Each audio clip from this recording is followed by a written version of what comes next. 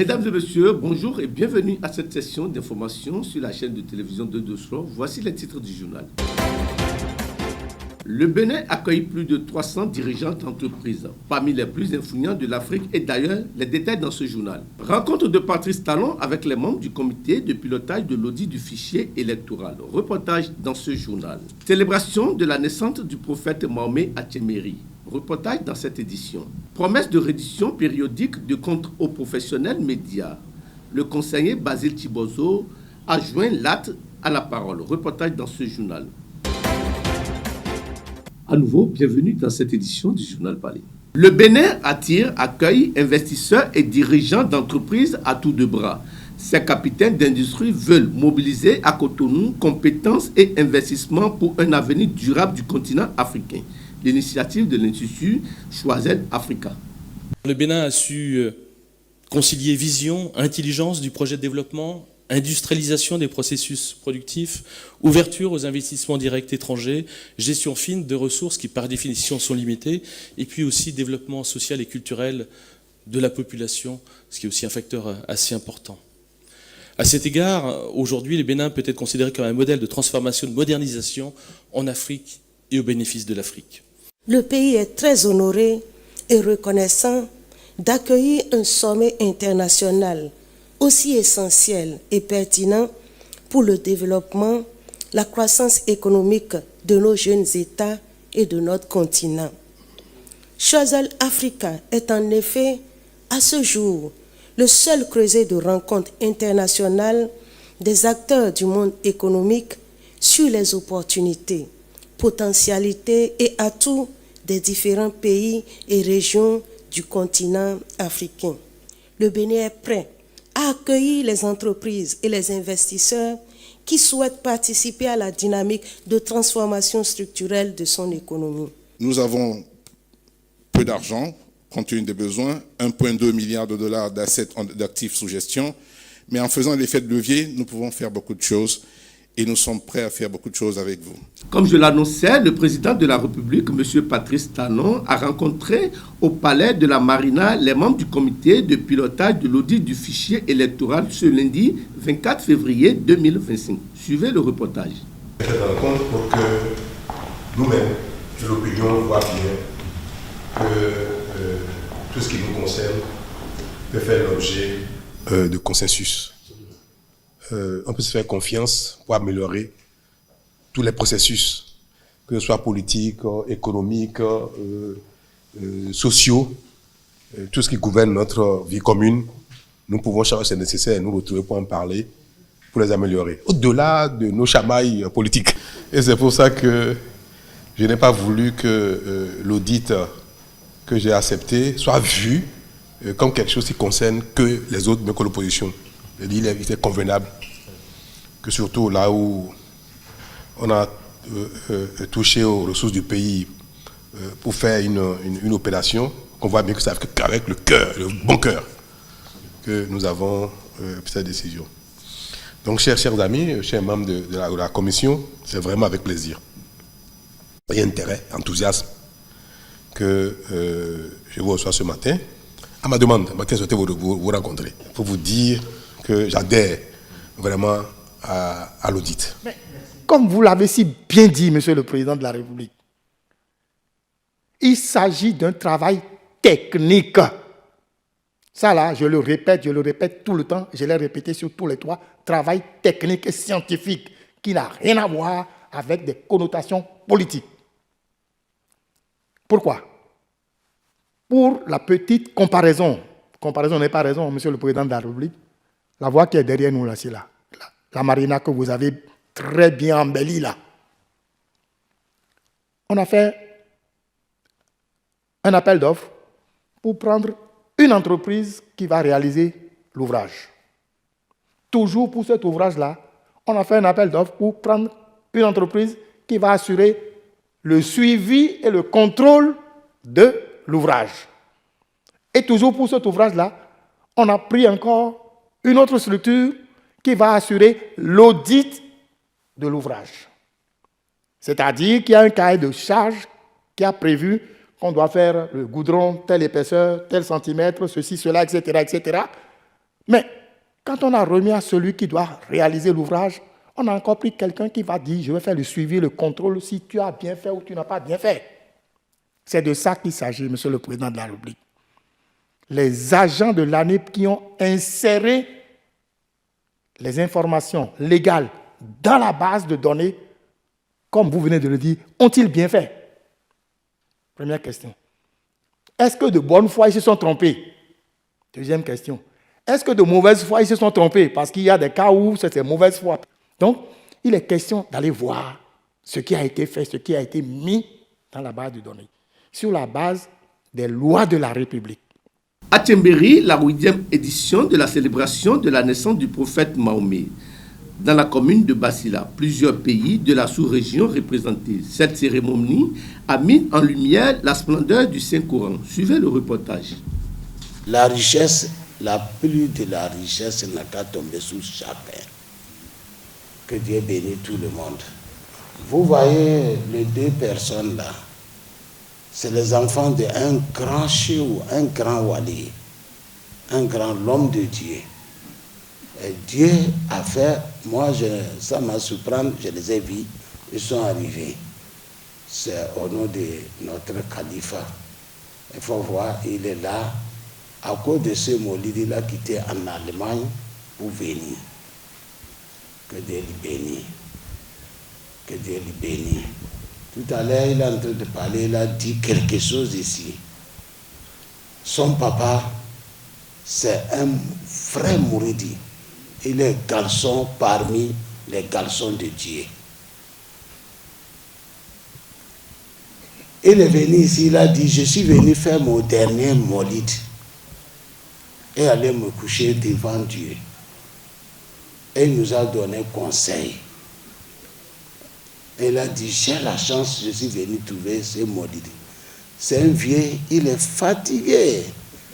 Mais quand Khalifa vient, il dit, je vais aller à Tchembéry là. Khalifa dit, non, moi je vais sortir et revenir. Et il va lui plaire comme ça pour venir. Maintenant, quand il a dit ça, Khalifa dit, je vais sortir et revenir. Il dit, ouais, il faut aller, tu vas me trouver à Tchembéry. Et lui-même, il a quitté pour venir.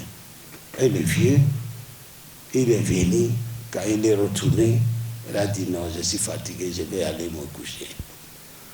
Que la bénédiction de Dieu, le vrai paradis de Dieu, tombe sur lui.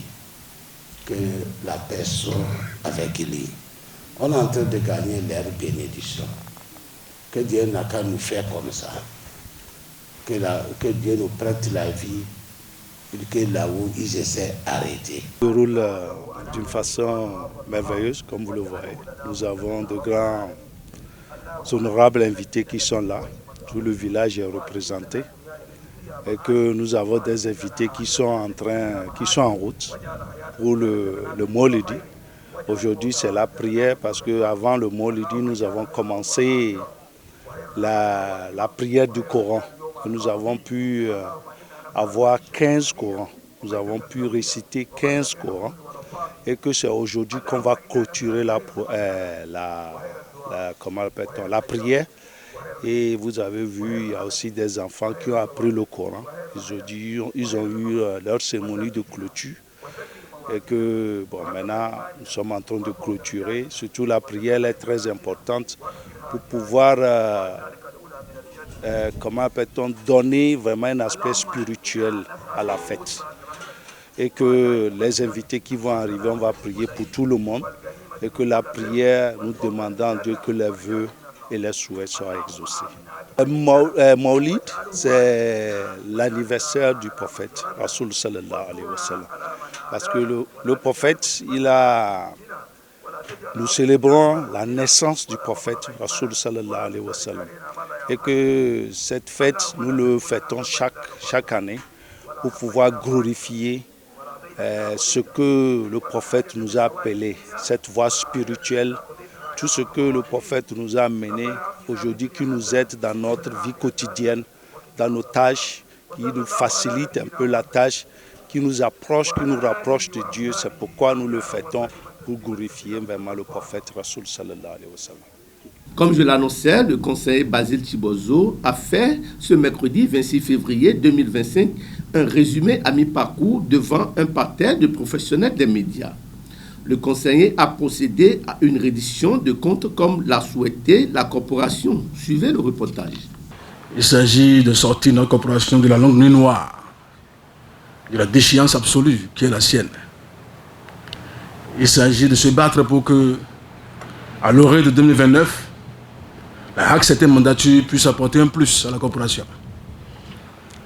Il s'agit de quitter le sous-sol pour le sol et élever après les fondations.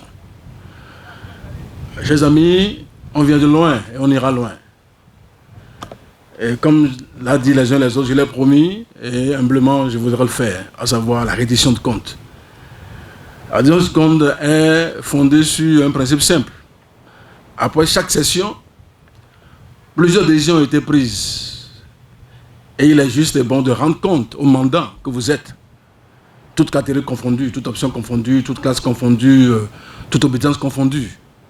Ici, il n'y a que la presse, fondamentalement. Ici, il n'y a que la presse. Ici, il n'y a que les hommes et les femmes des médias. Ici, il n'y a pas de clivage. Et c'est fort de cela que je voudrais vraiment qu'on place cette rencontre sur cette égide-là, sur l'égide de la mobilisation et de la cohésion de la corporation. Voilà.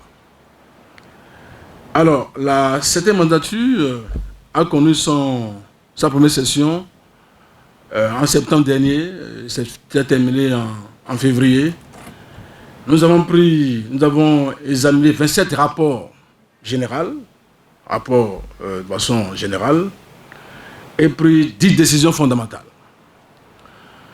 Nous n'allons pas aller au niveau de tous ces rapports et décisions, nous allons mettre l'accent sur les éléments essentiels. En termes d'éléments essentiels, il y a le premier élément, c'est le règlement intérieur de la HAC qui a été, disons, pas voté, mais réhabilité, réajusté après 20 ans pratiquement de l'ancien règlement intérieur. Le règlement intérieur de la HAC date de 2005. Et c'est ça qui a gouverné tout le fonctionnement de la HAC jusque-là. Si bien que l'obsolescence de la HAC était majeure en ce qui concerne ce règlement intérieur-là. Donc il fallait véritablement le changer. Et ça a été une décision majeure de la première session.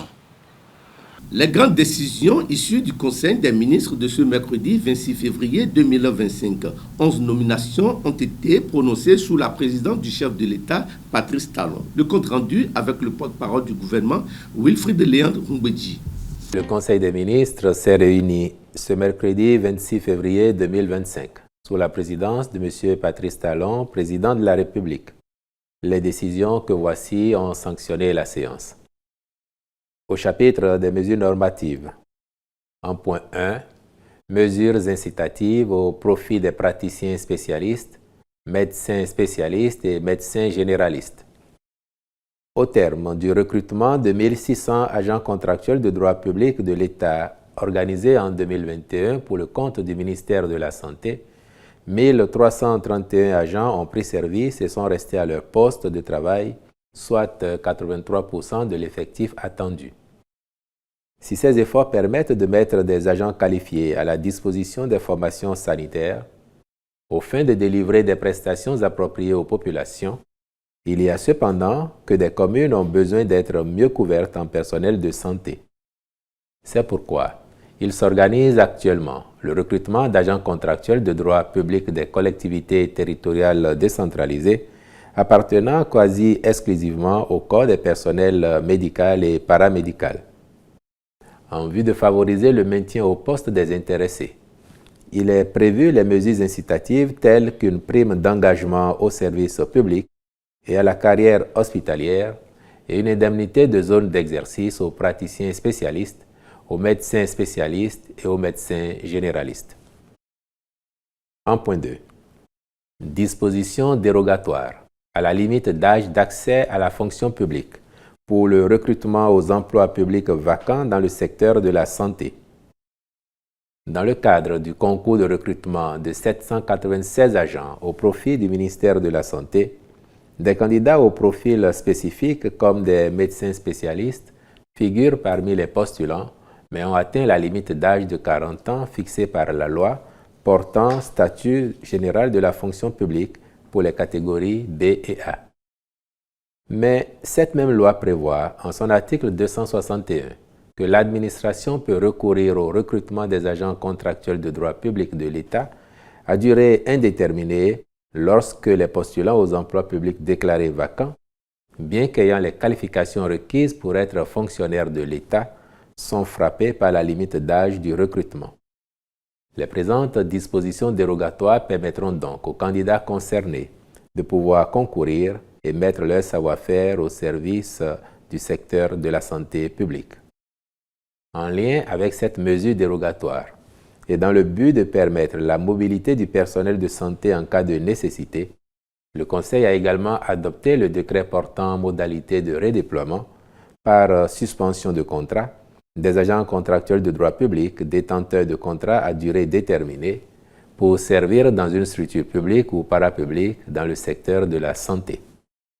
Au titre d'autres mesures normatives, ont été par ailleurs adoptés les décrets portant création, attribution et composition du comité de pilotage des comités de préfiguration des musées, puis création de la réunion des musées publics et approbation de ses statuts.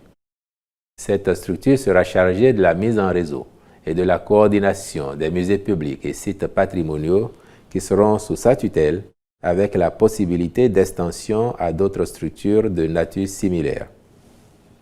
Au chapitre des communications, en point 1, élaboration de plans directeurs d'urbanisme dans 21 communes du Bénin. L'élaboration de ces plans directeurs résulte des décisions du Conseil des ministres du 6 décembre 2023.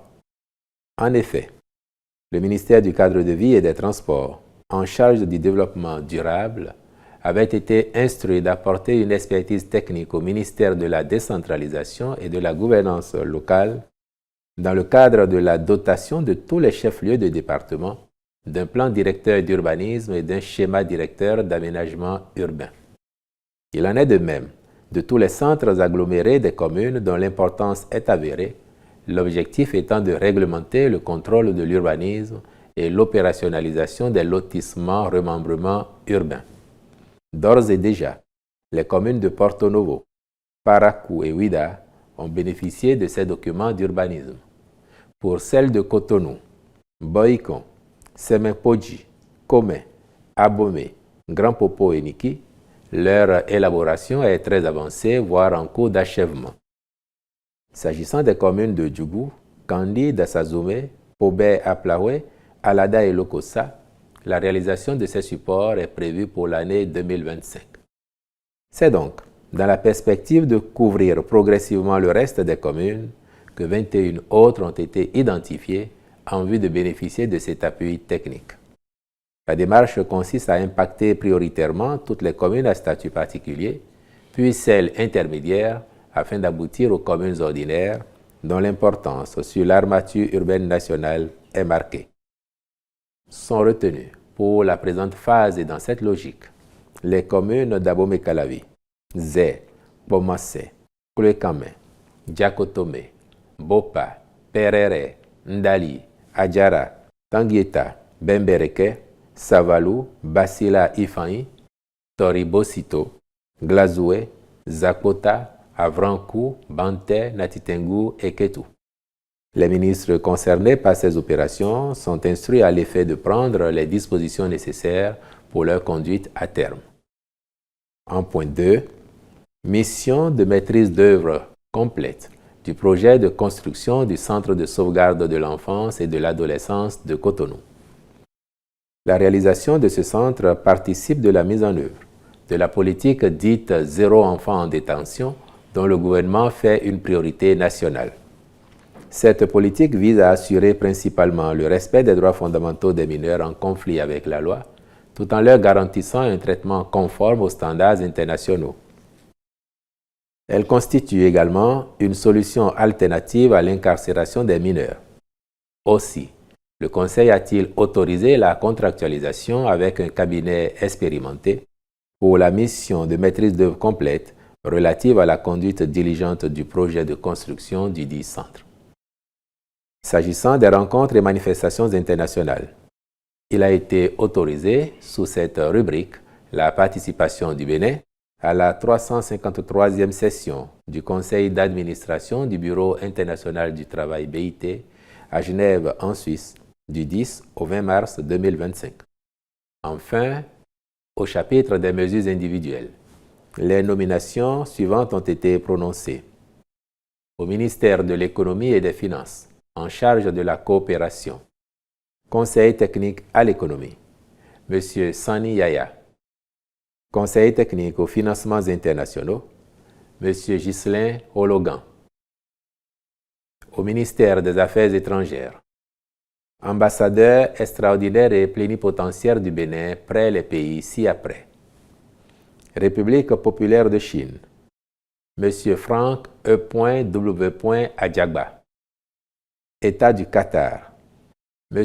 Nououm Bida Youssoufou Abdourahmani. État du Koweït, M. Badirou Aguemon. République de l'Inde, M. Eric Jean-Marie Zinsou. Royaume du Maroc, M. Joseph Ahanzo. États-Unis d'Amérique, Mme Agnola Arouamenou. Au ministère des Affaires sociales et de la microfinance, directeur général du Fonds national de microfinance, M. Adeyemi Joël Afoyon. Directeur de la planification, de l'administration et des finances, M. Noutaï Rodrigue Onkpeheji. Au ministère des Sports, secrétaire général adjoint du ministère, M.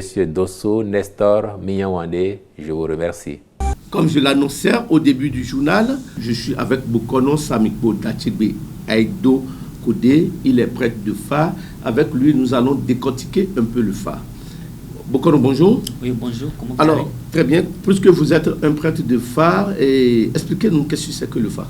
Oui, le phare, comme tout le monde connaît, avant de parler du phare, je vais demander la grâce divine du Boko Legba d'abord et